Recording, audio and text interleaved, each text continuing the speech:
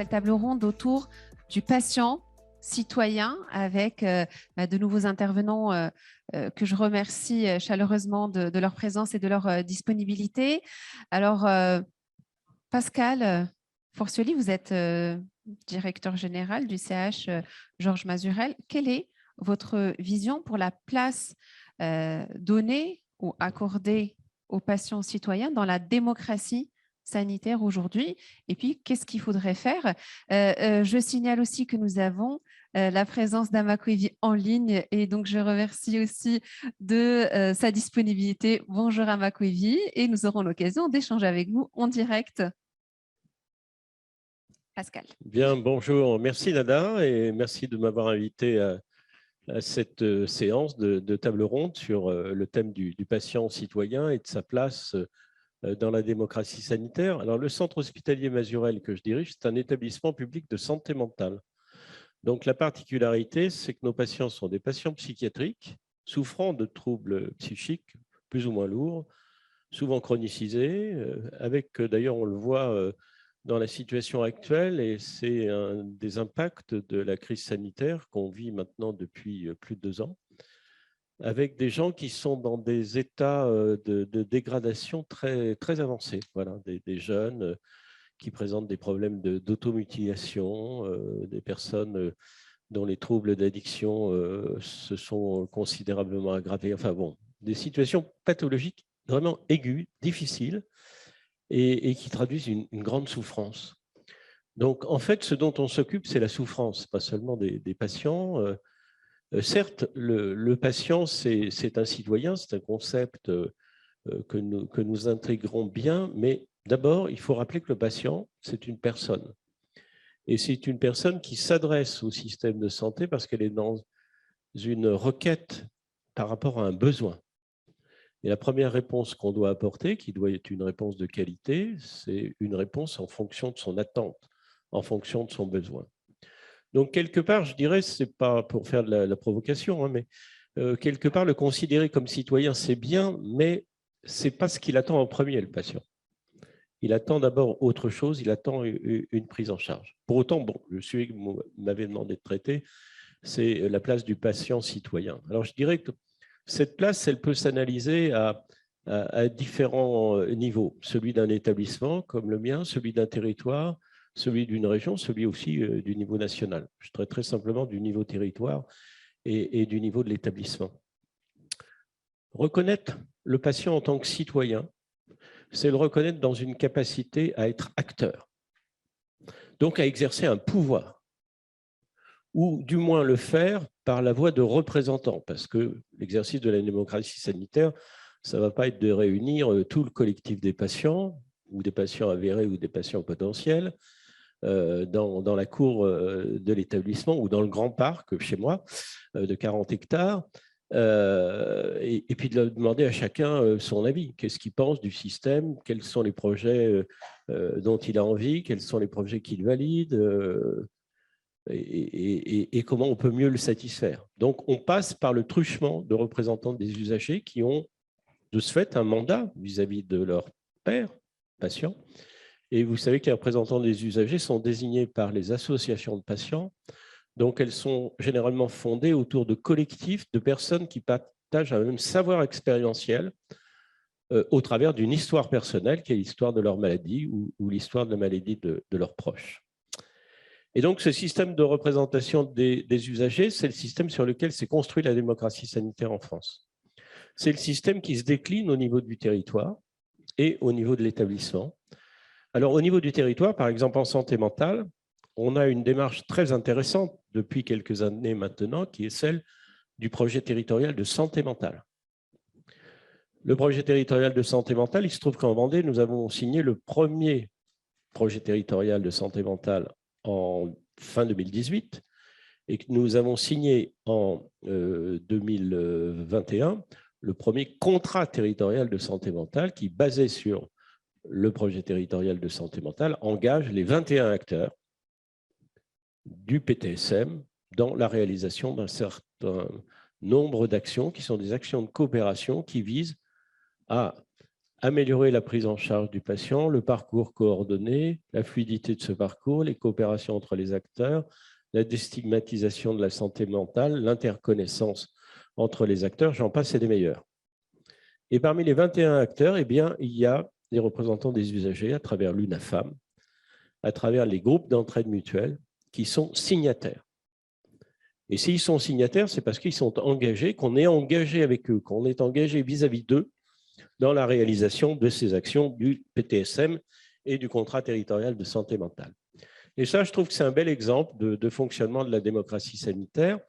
Et je crois que c'était ce matin Zéna Briette qui invitait, ça fait partie de la plateforme présidentielle de la FHF, dont je suis membre du comité éthique d'ailleurs, donc la FHF qui préconise qu'il y ait des projets territoriaux de santé dans l'ensemble des territoires. Voilà. Et qui ne soit pas uniquement le projet médical partagé du GHT, mais qui soit un projet territorial co-construit avec l'ensemble des acteurs, je dirais dans une dimension à la fois sanitaire, médico-sociale, publique-privée, hospitalière, ambulatoire. On pourrait même rajouter une dimension sociale. On pourrait rajouter aussi une dimension éducative, une dimension de l'emploi, du travail. Parce que quand on travaille, par exemple, sur le projet territorial de santé mentale, dans un territoire comme le mien en Vendée, on réfléchit à l'éducation, on réfléchit au lien avec la médecine du travail. Voilà, donc c'est un ensemble d'acteurs et la santé ne peut pas se réduire à l'engagement des acteurs de santé. C'est bien plus large. Et dans cette dimension extrêmement large, évidemment, les usagers, en tant que citoyens, ont toute leur place parce que, comme on l'a dit hier, je crois, la santé, c'est un sujet citoyen. Alors, au niveau d'un établissement, c'est pareil, on doit avoir la même approche. Donc, une approche où on donne de la reconnaissance, où on donne du pouvoir à agir aux représentants des usagers. Nous l'avons fait, par exemple, dans le cadre du projet d'établissement, où nous avons choisi, c'était ma volonté, de mettre en œuvre et donc d'élaborer un projet spécifique, usagers, patients, familles, que nous avons co-construit avec la commission des usagers. Bien sûr, dans un dialogue aussi avec les professionnels de l'établissement, des médecins, des soignants, des psychologues, assistantes sociales, etc., direction, mais avec une représentation importante des usagers, de façon à ce que les usagers nous disent ce qu'ils attendent. Ils ont participé à la phase diagnostique du projet d'établissement, donc sur l'intégralité des volets du projet d'établissement. Nous avons retenu 10 volets, c'est pour vous dire que nous en faisons une feuille de route extrêmement large, et c'est notre feuille de route pour les 5 prochaines années. Les représentants des usagers étaient présents pendant cette phase diagnostique, ils ont été présents au séminaire de validation du diagnostic, de détermination des 4 grands objectifs stratégiques du projet d'établissement. Ils ont piloté un des 10 volets du projet d'établissement et ils ont participé au séminaire final de conclusion qui a validé l'ensemble des 10 volets. Voilà. Et puis par ailleurs aussi, la considération que l'on a de la place du patient citoyen, elle va au-delà. Elle va à lui reconnaître ses droits, faire en sorte qu'on respecte ses droits, car le patient, en tant que citoyen, c'est un sujet de droit, ce n'est pas seulement un sujet de soins.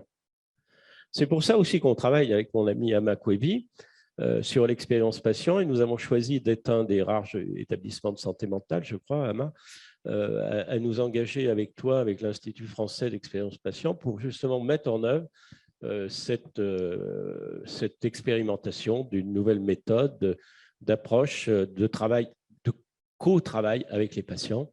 De même qu'un des axes, par exemple, du projet usager patient-famille, c'est de mettre en place la pérédance. Et nous sommes en train de travailler sur un projet de pérédance. Voilà. Merci Pascal pour cette transition, pour cette intervention extrêmement intéressante. Alors, nous allons passer de l'autre côté de l'écran peut-être avec Ama Kwebi, qui est fondateur de l'Institut français de l'expérience patient. Vous pouvez peut-être nous en dire quelques mots et puis partager votre vision par rapport à la place du patient citoyen.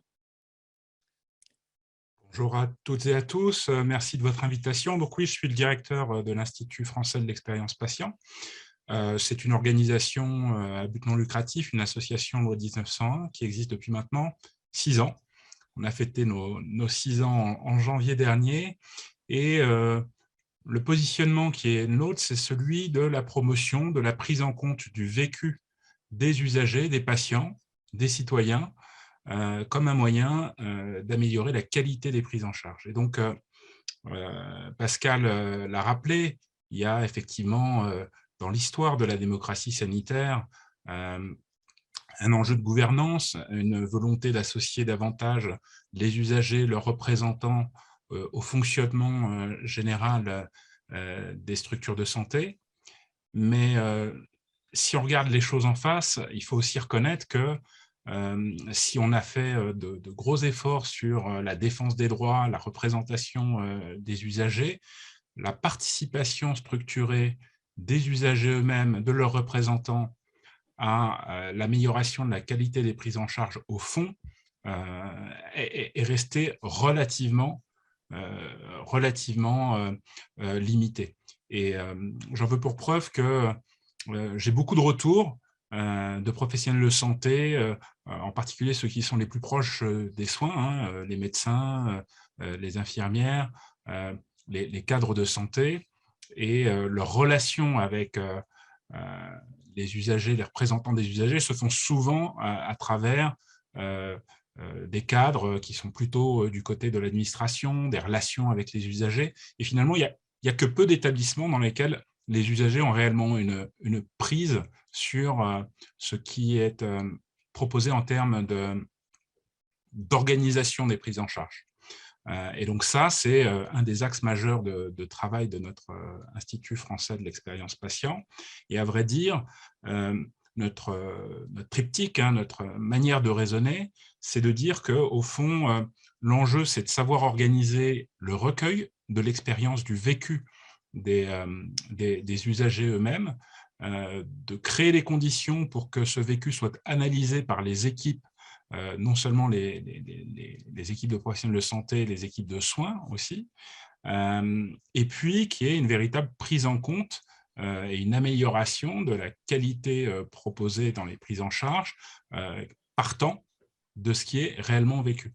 Et si on fait un tout petit peu d'histoire, c'est vrai que notre système de santé, c'est très souvent construit sur l'idée d'une offre de soins, sur quelque chose qui a un rapport finalement assez descendant vis-à-vis des usagers. Ils reçoivent des soins et donc ça fait partie de ce qu'on appelle les approches outside in, ou plutôt inside out, pardon, inside out. Donc on va de l'extérieur, du cœur du métier, du fonctionnement des professionnels, et on va vers les usagers.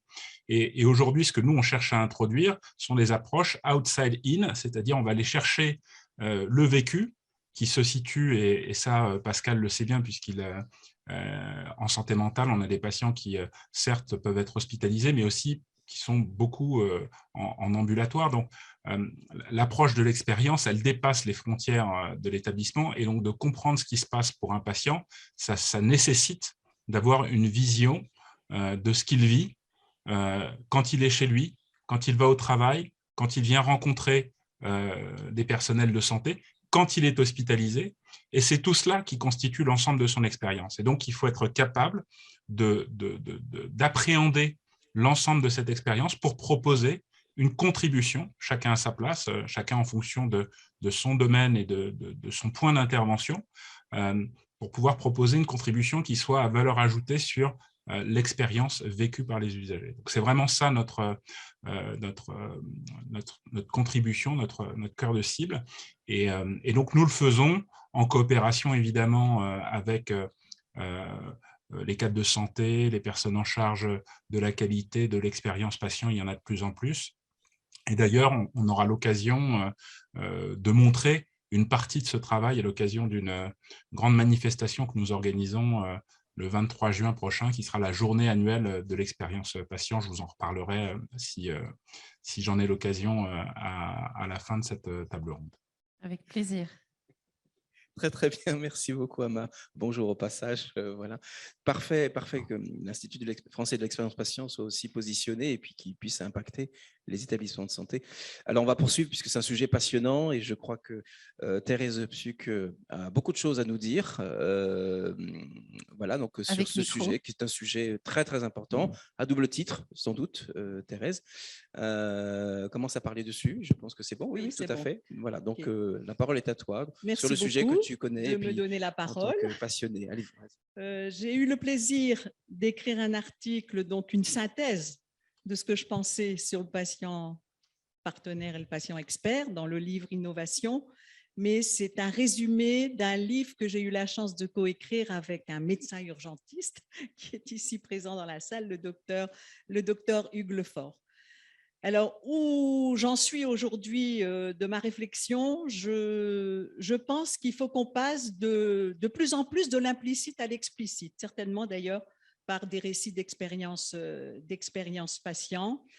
Et je pense aussi qu'à partir d'aujourd'hui, c'est important qu'on fasse évoluer un triptyque. Et les trois parties de ce triptyque, peut-être en même temps. Le professionnel de santé, qui va être au milieu, le patient partenaire et le proche aidant partenaire. Et je pense que les trois vont avoir leur importance et c'est surtout l'interrelation entre les trois qui me paraît extrêmement important à développer dans l'avenir. Je pense donc aujourd'hui que le patient partenaire et le patient expert méritent d'être traités comme des concepts, c'est-à-dire qu'on développe, et peut-être à partir de la recherche d'ailleurs, c'est-à-dire qu'on développe des attributs et des caractéristiques au niveau de ces concepts.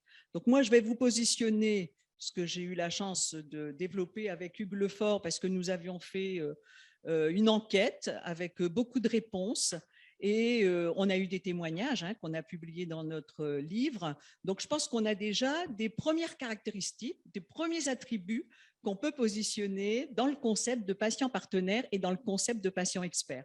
Pour nous, ce sont deux concepts différents, mais avec bien sûr une complémentarité. C'est ce que je vais essayer de vous développer dans le temps, Jean-Luc. Alors, pour le concept de patient partenaire, tous les patients doivent être considérés aujourd'hui comme des patients partenaires, que l'on soit sur un territoire, aux urgences, en médecine aiguë, en chirurgie. Moi, j'ai travaillé chez les Grands Brûlés. Donc, voilà, dans toutes les situations, le patient doit être partenaire. Ça veut dire qu'on doit développer une relation de partenariat. Donc, ça, c'est quelque chose qui me paraît aujourd'hui assez essentiel.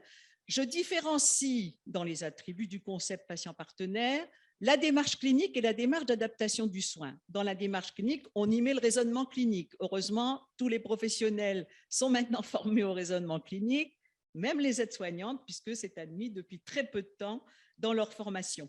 Mais qu'est-ce que ça veut dire? Bon, je ne vais pas faire ici un cours, bien sûr, sur la démarche diagnostique et la démarche clinique. J'ai des médecins qui sont dans la salle. Mais je pense qu'il faut réhabiliter aujourd'hui ce qu'on appelle la médecine narrative. Et la médecine narrative, ça veut dire que le patient raconte, le patient décrit ses signes avec ses mots et décrit ses symptômes. J'ai bien entendu la communication précédente et c'est certain qu'il nous faut du temps et il faut que ce soit reconnu, justement. On n'est plus sur un interrogatoire, on n'est pas sur un recueil de données. Nous sommes dans des entretiens avec un patient qui raconte. Et ça, pour moi, c'est un des attributs qui me paraît être tout à fait essentiel. Dans le livre, j'ai pris un exemple avec un oncologue, voilà, qui mène très, très bien à la médecine narrative. On rentre donc dans une relation de partenariat. La notion de partenariat est essentielle, c'est-à-dire que dans la relation, on va alterner la position haute et la position basse. Le patient raconte, le médecin ou l'infirmière écoute, a des hypothèses dans sa tête, parce que ça se passe comme ça, et en fonction des hypothèses, pose des questions pertinentes, et le patient peut continuer. C'est ce qu'on appelle l'alternance de la position haute et de la position basse dans une relation d'aide qui s'appelle aujourd'hui la relation d'aide counseling.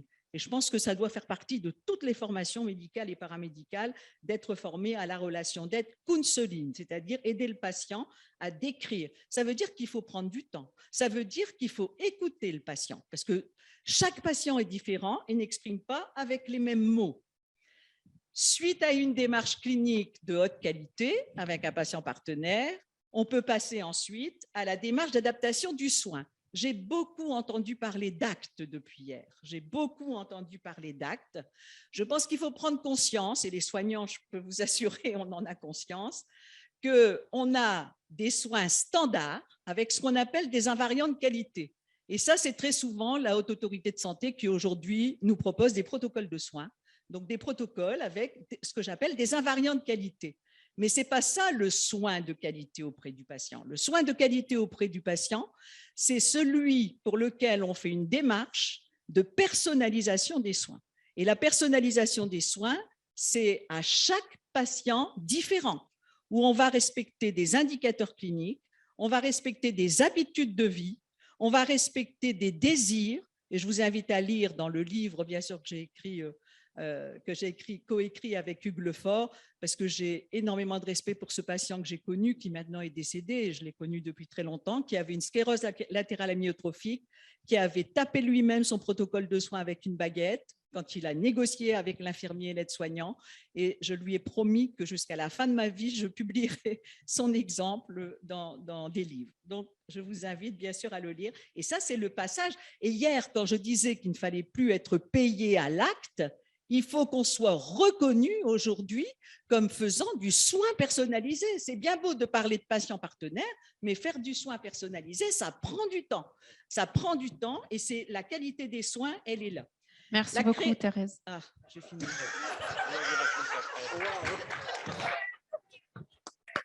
Je suis désolée parce que… Non, mais je suis gentille. Non, mais ça allait. Je suis désolée, mais je pensais que j'allais maîtriser mon temps. Mais… Non, mais je le récupérerai. Bon, alors, vous me poserez des questions. Oui.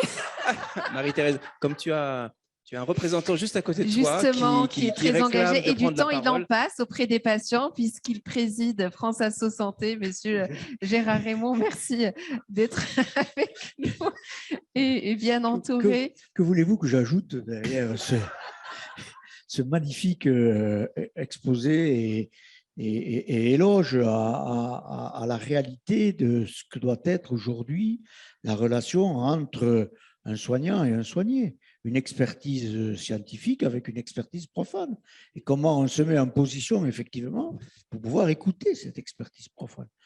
On n'a pas été formés, nous, à s'exprimer devant un professionnel de santé. Moi, je n'ai pas été formé à être malade, j'ai été formé à autre chose. Donc, ce métier de patient, il faut qu'on me l'apprenne et il faut qu'on me mette dans des bonnes conditions pour pouvoir effectivement exprimer. J'essaie de poursuivre un petit peu les propos avec un peu plus de vulgarisation. Moi, je ne suis pas professionnel de santé, mais je trouve que les propos que nous tenons aujourd'hui, ici même, sont quand même d'une grande portée et d'un grand symbole. Il y a un mois, dans cette même place, on commémorait les 20 ans d'une loi fondamentale du 4 mars 2002 qui s'appelle la loi des droits des patients. Vous savez tout ce que j'ai écrit là-dessus en disant que c'était la plus belle découverte du début de ce 21e siècle. Ce n'est pas le numérique, ce n'est pas le séquençage du génome, c'est la découverte des patients. On a découvert des patients. Jusque-là, on n'existait pas, on n'avait pas le droit. Donc, et ça a fondamentalement transformé effectivement la relation soignant-soigné. Ça a pris du temps, évidemment, parce que les habitudes ne se perdent pas comme ça. Mais on voit bien aujourd'hui, effectivement, d'abord, avec ce droit individuel à être informé, à pouvoir demander aux professionnels de santé, aux médecins, son dossier médical, ses informations. Voilà, ça, c'était il y a 20 ans. Petit à petit, ça a augmenté. Et on est arrivé aujourd'hui, effectivement, à des droits collectifs qui sont aujourd'hui reconnus par les patients représentants des usagers de la santé dans les institutions, les CDU, et vous l'avez parfaitement bien décrit, mais aussi un autre penchant et Amal l'a très bien dit, vous le dites bien, c'est l'expérience patient. C'est au-delà de représentants des usagers à veiller au bon fonctionnement de la structure, de l'établissement, et peut-être même demain, effectivement, en d'autres structures beaucoup plus libérales sur le premier recours, c'est comment, effectivement, on a aussi des usagers de la santé qui interfèrent dans la formation et dans l'organisation de la qualité des soins qui leur sont programmés. Et ça, c'est extrêmement important. Encore une fois, moi, je mesure l'immense progrès que nous avons fait en 20 ans, pas seulement sur la représentation des usagers, mais sur ce concept de patient expert.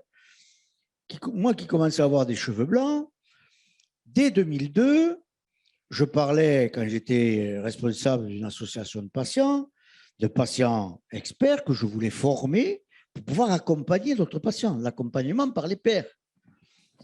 Aujourd'hui, il y a prescription.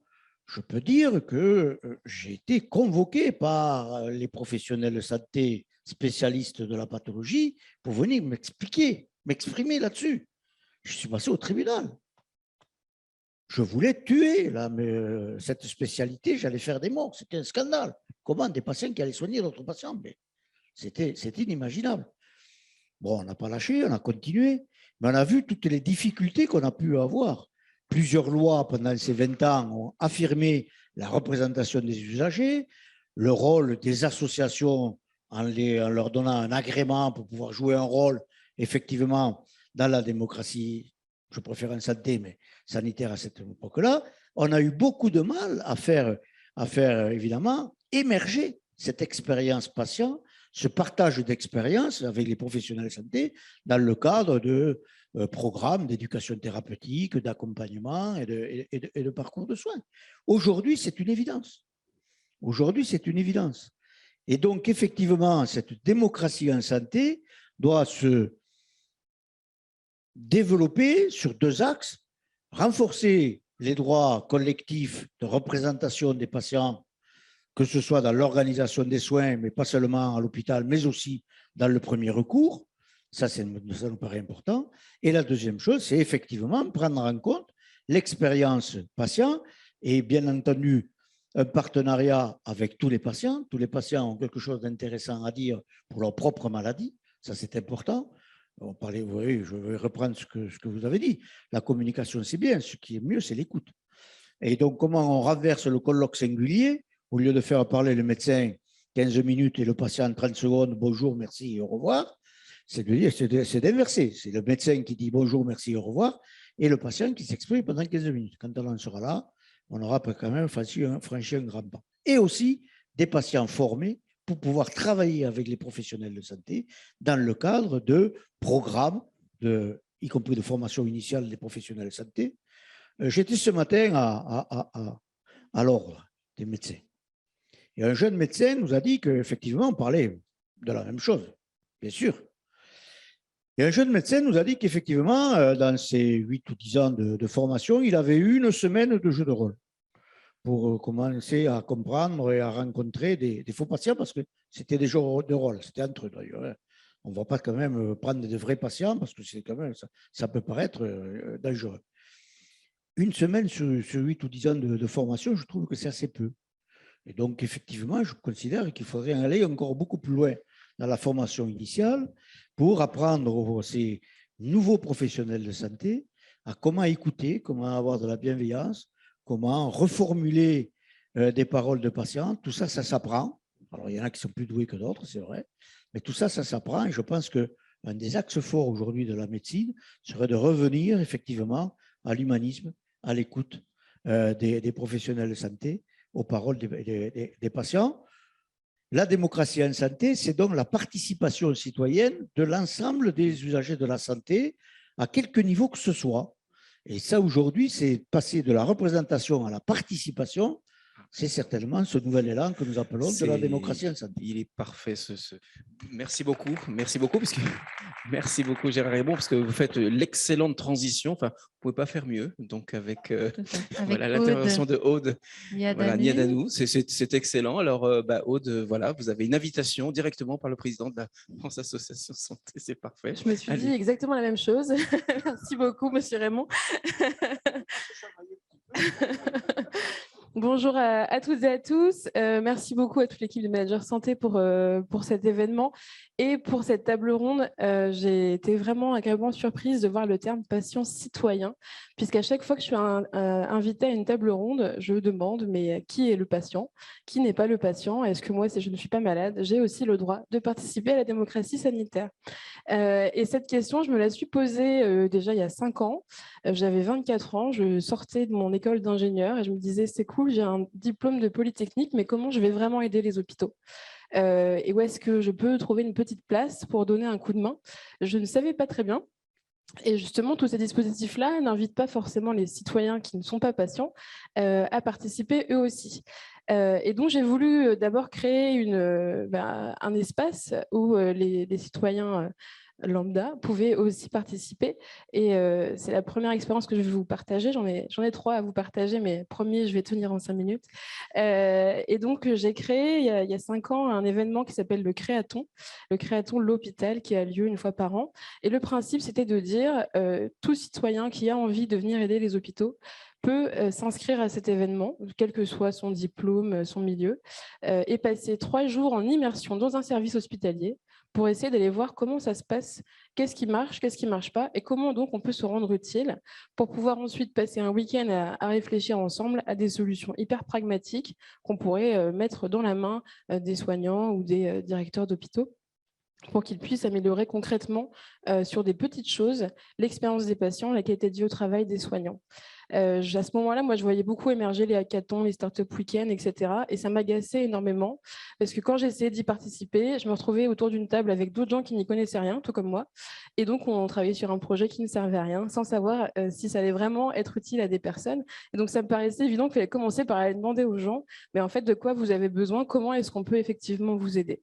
Et donc, je trouve que c'est intéressant de proposer aussi des espaces comme ceux-là, qui sont vraiment ouverts à tous, et qui permettent aussi de s'engager sur un temps court. Parce que quand on voit aussi ce que ça représente d'aller dans une association de patients, de s'engager vraiment sur des temps longs, ça peut être une barrière, surtout pour des jeunes qui n'ont pas forcément beaucoup de temps, mais qui veulent quand même effectivement aider. Et donc, je pense que ça serait intéressant, justement, pour développer cette place du citoyen, d'ouvrir plus de petits espaces comme ceux-là, où on peut avoir des petites actions, mais les petites actions ajoutées les unes aux autres, ça peut effectivement avoir un impact. La deuxième expérience que je voulais partager, c'est celle du Covid, puisque j'ai aussi travaillé à la PHP, au siège de la PHP, et j'ai eu la chance d'y être entre mars et août 2020. Et des jeunes qui avaient envie d'aider, il y en avait plein. Il y en avait vraiment plein et qui se manifestaient sur les réseaux sociaux et qui demandaient moi, mon stage est annulé, je ne peux pas partir à l'étranger, je ne sais pas trop comment je pourrais aider, mais je vois que c'est difficile pour les hôpitaux, qu'est-ce que je pourrais faire? Et comme moi, je travaillais à la PHP, que j'ai vu ça passer, je leur avais répondu oui, en effet, c'est compliqué. Pourquoi pas, laissez-moi vos coordonnées, vous pourrez peut-être venir nous aider. Et puis, j'ai fait passer l'information à mes chefs en disant, voilà, il y a des jeunes qui veulent aider. Et donc, ils m'ont dit, oui, prends leurs coordonnées, prends leurs informations, on va voir ce qu'on pourrait faire. Au bout de 2-3 jours, il y avait déjà quelques jeunes ingénieurs qui travaillaient sur des petits algorithmes pour la gestion des stocks de masques, etc. Et puis, au bout d'une semaine, il y avait 10 000 personnes inscrites sur un formulaire qui voulaient venir aider la PHP et qui avaient des compétences extrêmement diversifiées. On avait fait des petites catégories pour qu'ils puissent préciser ce qu'ils savaient faire eux-mêmes, déclaratif. Et puis, on a commencé du coup à demander en interne qui a besoin d'un coup de main. Et puis, à faire matcher tout simplement les compétences disponibles avec les besoins. Et puis, au bout d'un mois, on avait 20 000 personnes. Et à la fin de la crise, on a au total 1300 personnes qui sont venues donner un coup de main plus ou moins long. Il y en a qui sont venus une journée porter des cartons. Il y en a qui ont passé 3 mois à téléphoner toute la journée à des infirmiers pour organiser la venue des renforts. Et ça aussi, c'était une action citoyenne de personnes qui avaient envie de venir aider les hôpitaux, qui avaient envie de mettre en place aussi des choses plus ou moins grandes, qui allaient avoir un impact sur l'organisation de la gestion de crise Covid, mais qu'on peut répliquer aussi sur plein d'autres sujets.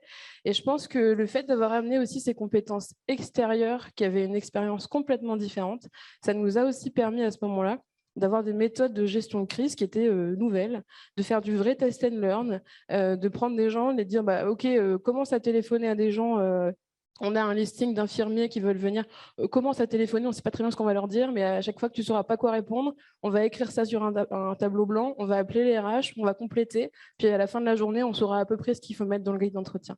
Ce type de méthode-là, je pense qu'on a aussi réussi à les mettre en place parce que c'était des gens extérieurs et parce que c'était un contexte nouveau avec des compétences nouvelles.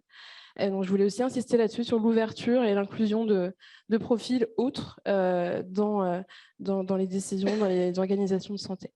Et la troisième expérience que je voulais partager, elle fait écho à ce que vous disiez, puisque le 4 mars dernier, c'était le ministre Olivier Véran qui se tenait sur cette même scène et qui a annoncé la sortie d'un rapport que j'ai co-rédigé sur la promotion de la santé auprès des jeunes. J'ai été sollicitée pour justement appliquer ces méthodes plus citoyennes, plus participatives, pour réfléchir à comment est-ce qu'on peut rebondir aussi sur cette expérience du Covid pour garder un peu l'intérêt qu'ont eu les gens pour la santé et mieux promouvoir les bonnes pratiques de santé, notamment auprès des jeunes qui sont une cible très difficile à toucher aujourd'hui pour les acteurs publics. Et donc, on a géré, donc j'avais aussi toute une équipe avec moi, on a géré cette question de la même manière, c'est-à-dire qu'on a commencé par aller interviewer une 60aine de jeunes, donc soit juste une personne en entretien, soit carrément des groupes qu'on avait été faire dans des espaces santé jeunes, etc., pour leur demander aujourd'hui comment est-ce qu'ils se renseignaient sur leur santé, qu'est-ce qu'ils avaient comme information, de quelle manière ils avaient envie de trouver l'information, etc. Et on a aussi interviewé 197 experts, des experts de terrain, des infirmiers scolaires, etc. Et puis des experts aussi très haut placés. On a vraiment essayé de brasser toutes ces informations-là et regarder aussi ce qui se faisait très localement par les associations, ce qui se faisait à l'international et de quoi on pouvait s'inspirer pour proposer d'autres méthodes. Et en fait, tout ce qu'on a proposé faisait écho à ce que nous avaient dit directement les jeunes et les experts de terrain qui nous disaient on a besoin de telle chose, de telle chose, de tels résultats. Et nous, on regardait parmi les moyens existants ce qu'on pouvait proposer. Et l'introduction de ce rapport qui est disponible sur le site du ministère, que vous pourrez consulter si vous le souhaitez, s'appelle Mission Santé Jeune.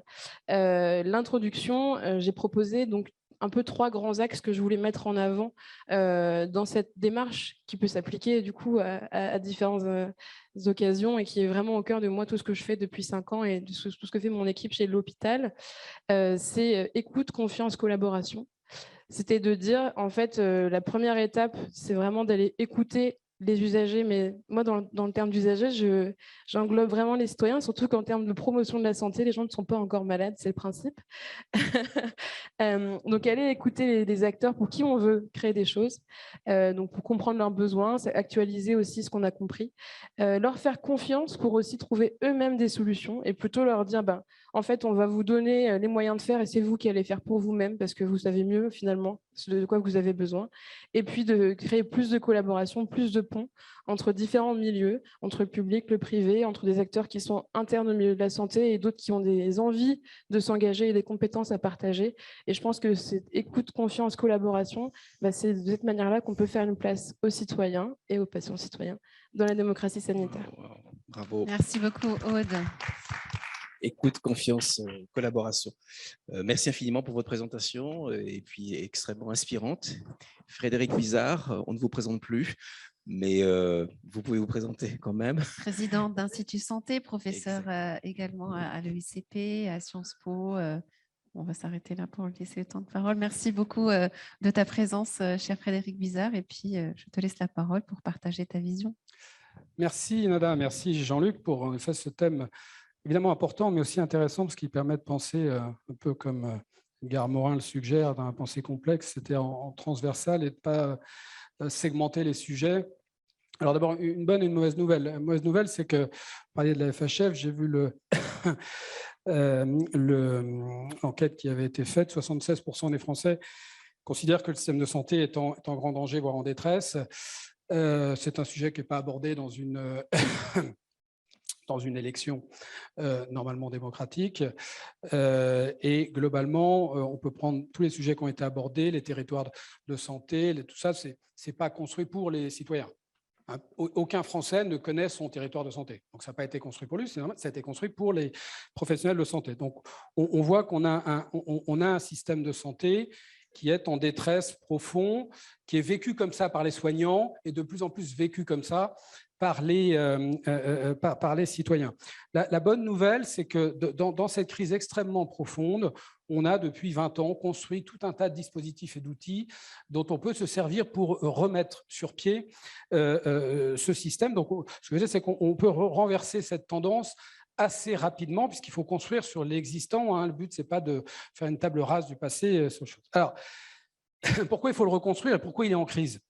C'est la triple transition, hein, l'effet démographique, c'est qu'il y a une chose dont on ne parle pas d'ailleurs pendant cette élection, on vous parle de l'immigration et de tout ça, mais il n'y a qu'une seule certitude dans l'évolution de la population, c'est le vieillissement de la population, mais qui date depuis 200 ans, mais qui est depuis 10 ans, et ça on le sait depuis 30 ans, un élément extrêmement impactant à toutes les échelles de la société, mais notamment pour le modèle social. D'accord ? Donc on sait qu'il va mettre par terre le modèle social de 45 si on n'adapte pas le modèle social, santé, retraite et le reste. Bon. Donc, il se passe ce qui doit se passer, c'est que le système, qui est un système de soins, s'effondre. Parce que vous avez une horde de personnes qui ont plus de 75 ans qui arrivent et qui sont en mauvaise santé et donc qui pèsent tellement lourd sur le système de soins, ce système de soins explose. Bon, et il se trouve que j'ai eu un petit accident il y a quelques semaines quand j'entends j'ai parlé, regardez sur Internet, mais 21 heures de galère au service d'urgence, c'est-à-dire que le patient dans notre système de soins, c'est un fantôme. Le patient dans notre système de soins n'existe pas.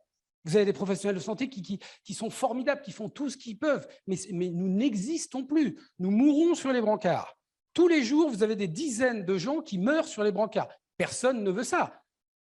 Bon, mais c'est une réalité. Je ne parle pas de la médecine de ville avec les désertifications médicales et je ne parle pas des EHPAD comme on le sait. C'est une réalité.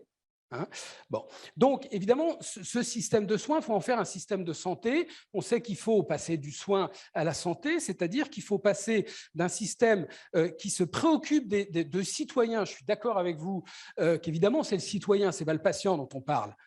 Il faut passer d'un système qui fait du curatif l'excès à un système qui fait du curatif le défaut. Le curatif ne vient que quand le maintien en bonne santé échoue. C'est une évidence, mais ce n'est pas comme ça qu'il a été pensé. Et c'est normal, tous les systèmes de santé à travers le monde ont d'abord été pensés pour médicaliser les territoires, pour rendre accessibles les professionnels de santé dans les territoires. Et c'est la France qui l'a fait le mieux au monde, d'où ce titre de meilleur système de soins du monde. Mais j'avais parlé du champ du cygne à ce moment-là, c'est qu'il faut comprendre ce qu'on a réussi le mieux, mais on est resté sur nos acquis. D'accord ? Donc, il faut construire tout l'amont. Tout l'amont. Et ces 80% des déterminants de santé sont en amont du soin. Les déterminants économiques, sociaux, comportementaux, environnementaux. Donc, tout ça, c'est à construire. Évidemment, ce n'est pas maintenant qu'on va le faire, mais c'est ce qu'on a fait au sein de l'Institut Santé. Et c'est beaucoup plus complexe que ça en a l'air. Demain, j'ai une conférence avec M. Moudinque, le maire de Lyon, et tout ça, sur la place des collectivités territoriales dans le nouveau système de santé. Puisque forcément, il y a des nouveaux acteurs. Hein ? Donc, il faut savoir comment est-ce qu'on organise ça. Deuxième chose, c'est la transition épidémiologique, c'est-à-dire qu'on passe de risques courts à des risques longs. Côté soins, pour le coup, côté maladie, le fait que le risque s'allonge, puisqu'on passe de l'aigu au chronique, change radicalement la façon avec laquelle vous allez gérer ce risque. Et le changement, il est que d'une gestion, ça a été dit tout à l'heure par l'offre, il faut avoir une gestion par la demande. C'est-à-dire qu'il faut donner le pouvoir aux individus. Mais comme Gérard Raymond l'a très bien dit, il n'y a rien d'inné dans la santé. Si on ne se forme pas, si on ne forme pas les individus, c'est-à-dire par des milliards d'euros d'investissement dans les capacités individuelles, il n'y a pas que l'éducation à la santé, mais ça passe beaucoup par l'éducation, mais on n'obtient rien. Donc aujourd'hui, nous n'obtenons rien, puisque nous investissons absolument zéro dans les capacités individuelles des individus. Vous voulez qu'on parle, ceux qui ne sont pas convaincus de l'éducation, de la santé scolaire, on peut en parler, ou de la santé au travail, on peut en parler pour illustrer les choses. Bon, donc, vous voyez que c'est un changement de logiciel qu'il faut apporter, c'est un changement stratégique qu'il faut apporter. Sur le plan, donc, pour répondre aux questions, mais sur des aspects aussi très pratiques. Encore une fois, il y a plein de choses qui ont été faites, mais il faut aller au bout. La territorialisation, on va au bout. Des territoires de santé, les mêmes pour tout le monde. Pas les GHT, les territoires santé mentale, les territoires… Non, mais il y a un même territoire, pas pour les professionnels de santé, pour les citoyens. Donc, c'est le même pour tout le monde. D'accord ? Et c'est cette unité territoriale qui permet de piloter le nouveau système, pas à partir de l'offre, à partir des besoins de santé. voyez tout le changement complexe que ça a. Donc, en effet, il faut avoir une approche qui soit profondément déconcentrée, certes, comme les ARS, mais décentralisée. Et il faut renforcer le pouvoir central, qui ne fait ni stratégie, qui n'a ni vision à long terme.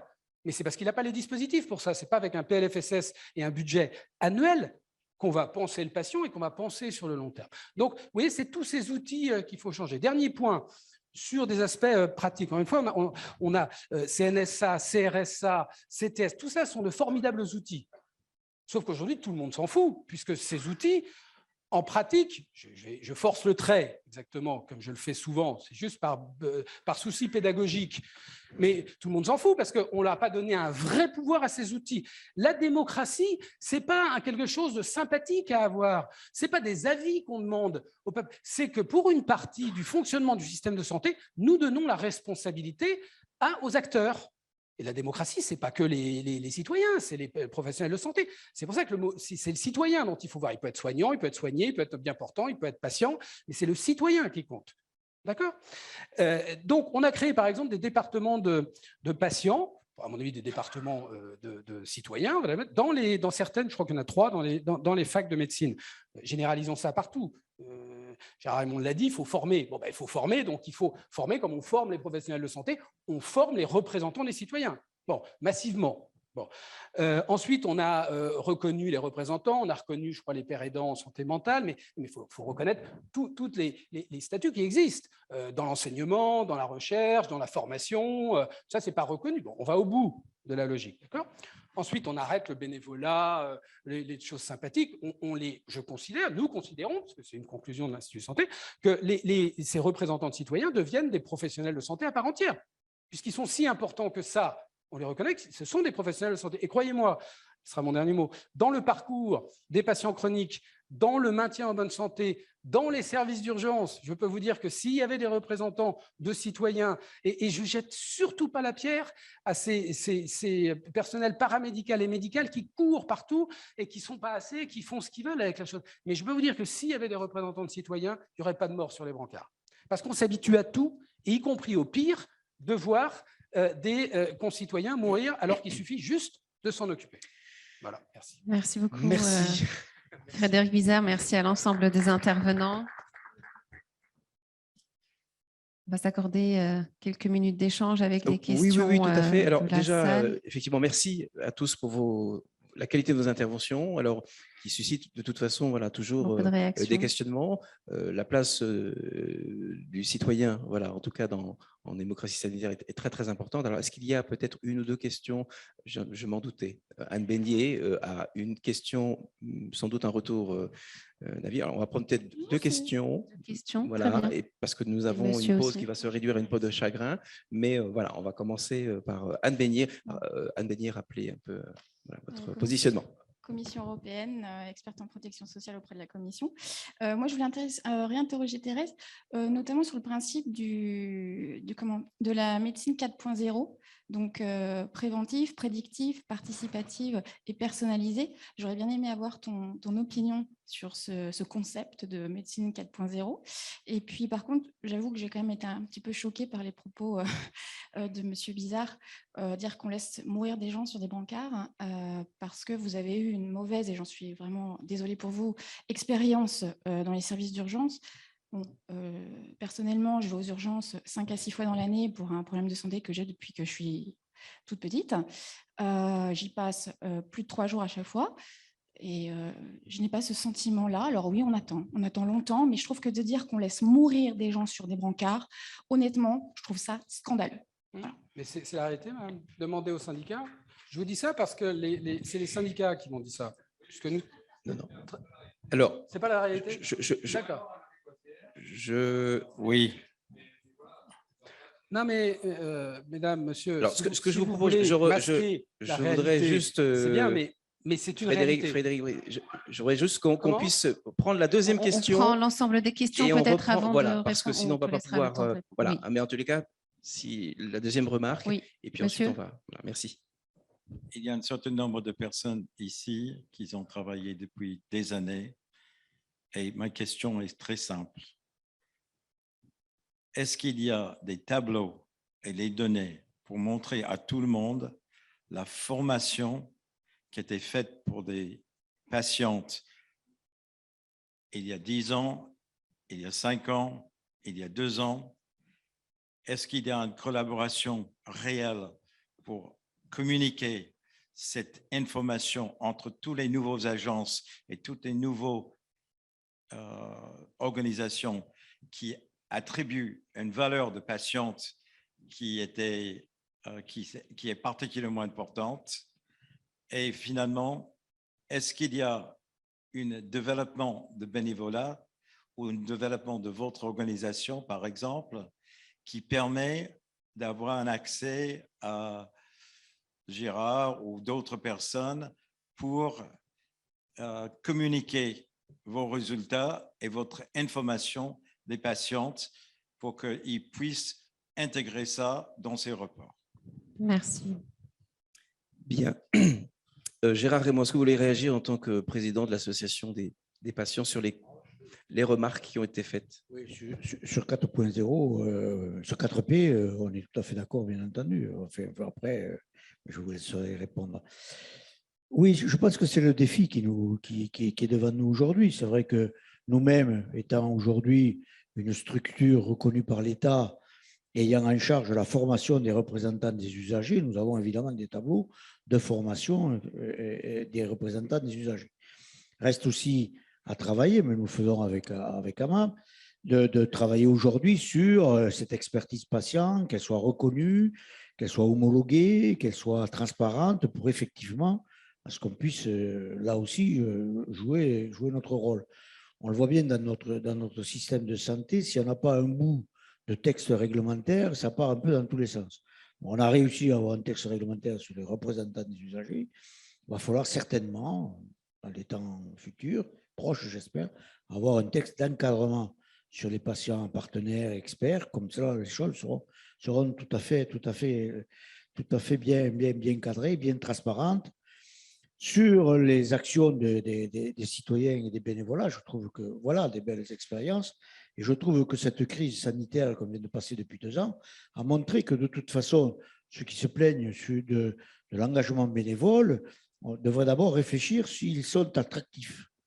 Voilà, et je suis bien placé pour le dire. Et donc peut-être qu'il faut s'interroger sur l'attractivité aujourd'hui du milieu associatif à récupérer cet engagement bénévole.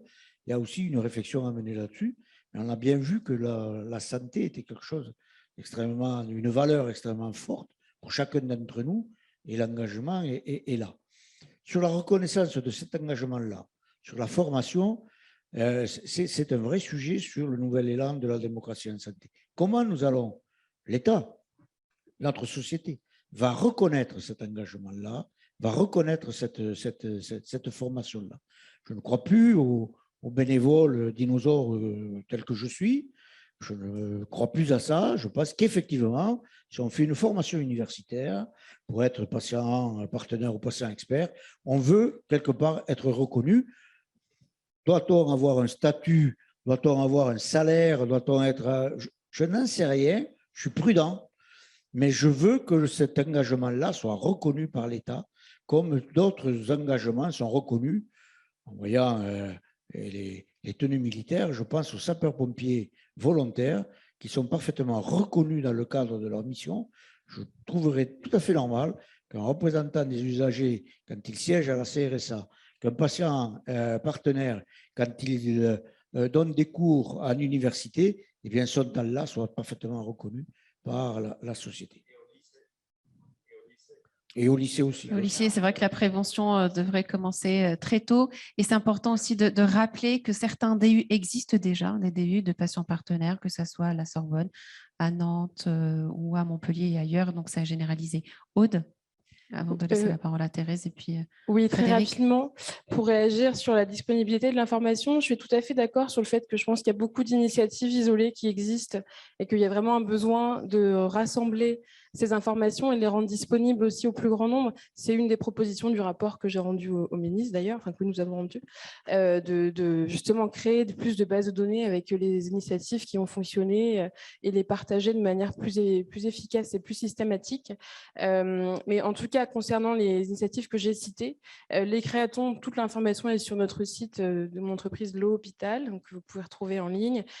Concernant le Covid, j'ai participé à un ouvrage collectif édité par les Mines, où j'ai aussi expliqué toute la démarche qui a été mise en place, qui a duré juste le temps de la première vague, puisque après on avait, en termes RGPD, on avait limité ça à l'état d'urgence sanitaire.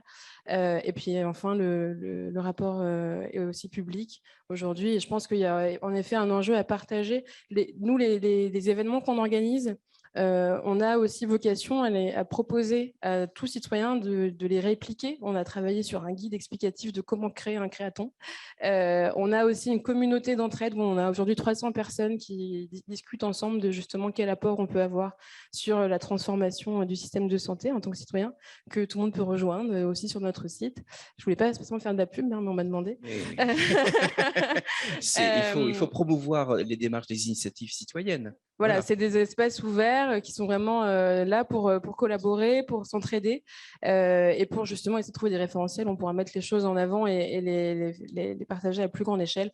Et enfin, on a aussi un podcast où on interviewe tous les acteurs aussi qui ont des initiatives qui peuvent inspirer les autres et qui sont encore un moyen de partager les expériences et partager les initiatives. Et il y a un certain nombre de personnes de cette pièce qui ont déjà été interviewées et d'autres qui risquent de l'être bientôt. Attention, à la pause, j'aurai mes cartes de visite. Merci pour cette invitation. Thérèse, tu veux... Oui, moi, je vais répondre à Anne, parce qu'effectivement, la question est intéressante. Hein, la médecine 4.0, je suis pour, bien sûr, avec les 4 volets.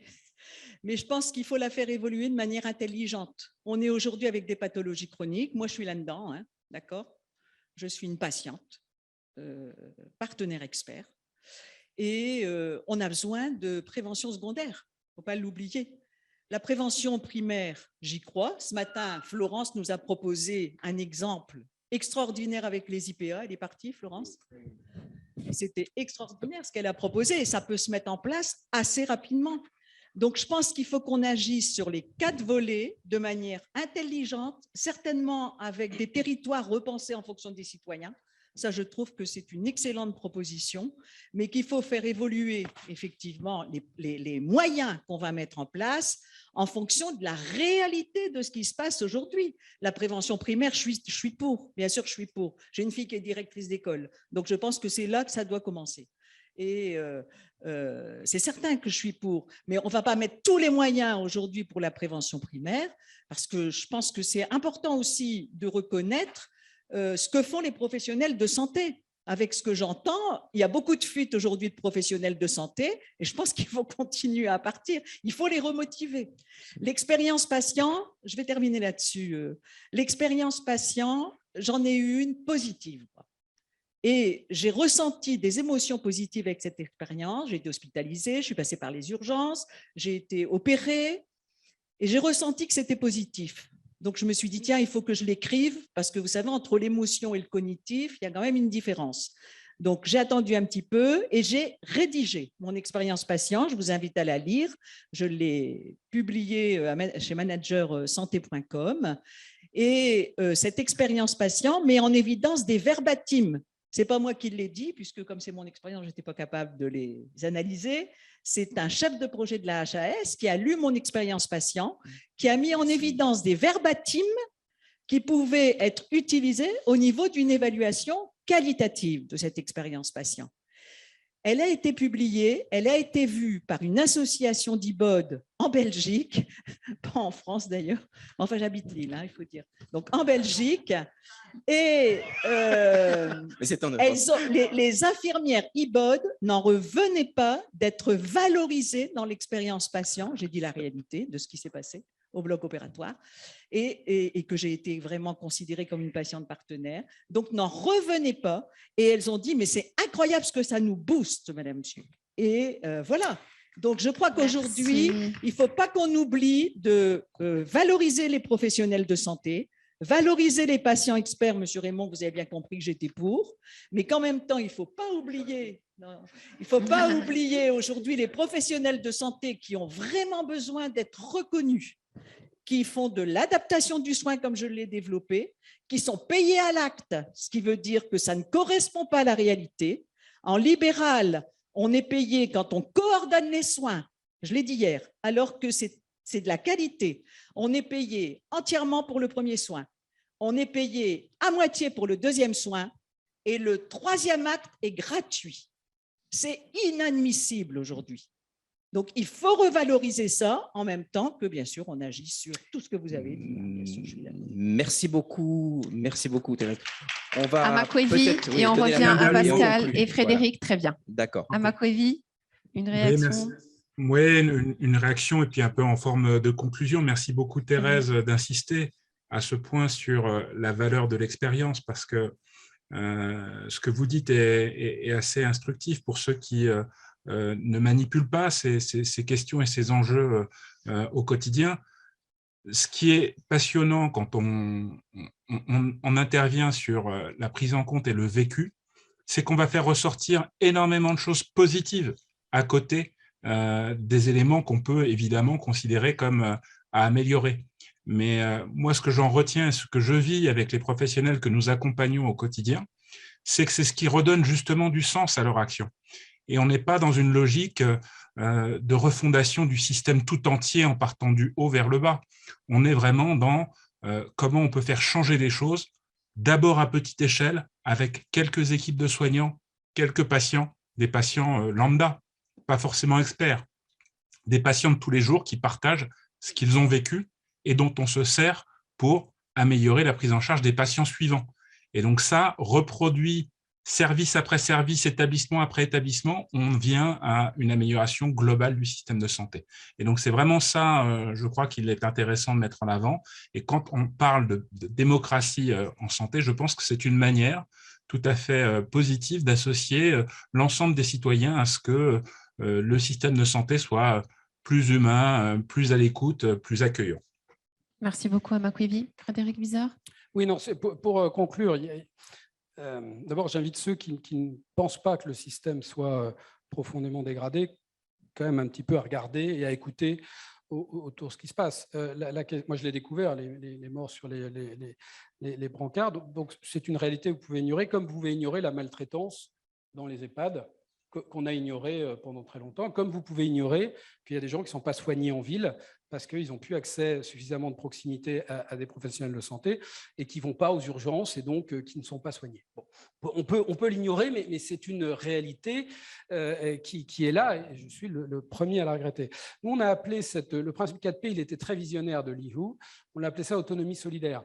C'est-à-dire qu'en fait, la reconstruction du système de santé, elle doit être en effet centrée sur ce qu'on a fait pour le travail. Ce qu'on a fait en 2018 sur les 15 milliards de plans d'investissement dans la compétence, c'est la nouvelle stratégie en protection sociale qu'il faut apporter, c'est-à-dire investir dans les capacités individuelles des gens pour les rendre le plus autonomes possible dans la gestion du risque. Une fois que les gens sont formés, ils peuvent perdre leur travail, ils vont retrouver facilement un autre travail parce qu'ils ont la formation. Quelle que soit la chose. Donc, le problème, ce n'est pas de perdre son travail, c'est de rester au chômage. Et là, c'est exactement la même chose. Une fois que les gens sont formés et qu'ils sont suffisamment autonomes pour rester en bonne santé, une fois qu'ils sont malades, parce que malheureusement, ça arrive à une majorité d'entre nous, ils vont conserver cette autonomie. Mais dernier point, je souris toujours à cette éducation thérapeutique sur laquelle on a fait un Graal et qui est très importante, mais démarrons l'éducation dès la petite enfance. Et on verra que l'éducation thérapeutique s'inscrit normalement dans le système de santé. Pourquoi considérer l'éducation thérapeutique comme centrale et ne pas considérer la santé scolaire comme non centrale? Vous voyez qu'il y a quand même un paradoxe si je comprends bien, extrêmement intéressant. Et sachez que plus on investit tôt dans le cycle de vie, dans la protection sociale, plus la rentabilité, mais ce n'est pas une rentabilité financière, c'est une rentabilité économique, sociale, sociétale. C'est comme la transition écologique. On cherche toujours les économies qui sont à générer, mais il faut regarder de façon globale sur la rentabilité sociale et économique. Frédéric, ce serait l'éducation. Voilà, en conclusion, éducation. C'est renforcer les capacités individuelles. Ça passe beaucoup par l'éducation. Parfait. Merci infiniment. Merci. Pascal Forcioli.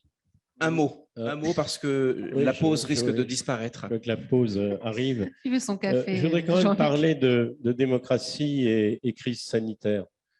Parce que dans les 2 ans que nous avons traversés de crise sanitaire, la démocratie sanitaire a été malmenée. D'ailleurs, l'association France Assos en a fait un rapport. Et c'est vrai que ça doit nous inviter à une réflexion a posteriori sur le fait qu'en temps de crise, plus qu'encore en temps ordinaire, il est indispensable de faire fonctionner la démocratie sanitaire.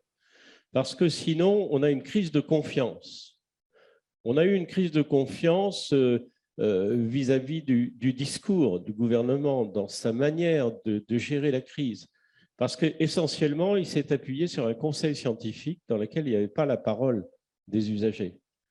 On s'est également ému pour un certain nombre de personnes, ça n'était pas mon cas, moi j'étais pro-vaccination, mais certains ont mis en doute l'utilité de la démarche vaccinale parce que justement, là aussi, il n'y a pas eu suffisamment de pédagogie, suffisamment de dialogue et de débat.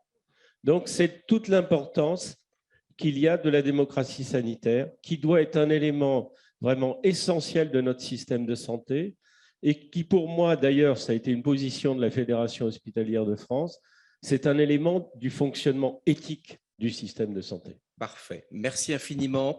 Merci infiniment. Merci. Est-ce que tout le monde s'est exprimé? Non, je ne pense pas. Oui, tout le monde a conclu. Oui, très bien. Tout le monde a conclu. Eh bien, il nous reste, compte tenu du temps de pause qui a disparu de toute façon, donc de remercier l'ensemble des intervenants qui se sont exprimés sur une table ronde très importante, très importante. Voilà. C'est ce qu'il faut retenir. Et puis, le fait que les sujets, en tous les cas, méritent d'être poursuivis, notamment sur le périmètre de notre système de santé en France, puisque la prochaine table ronde portera sur l'éthique. Donc, je pense qu'on est dans la continuité. Et d'ailleurs, tu vas peut-être rester un petit peu. Voilà. Alors, séance photo de famille. Voilà la photo. Pour remercier tout le monde. Et avant de passer à la prochaine table ronde. Merci infiniment. 30 secondes. Voilà, 30 secondes. Allez. Par contre, je n'ai pas beaucoup de recul, donc je vais vous demander de vous resserrer le maximum. Ah,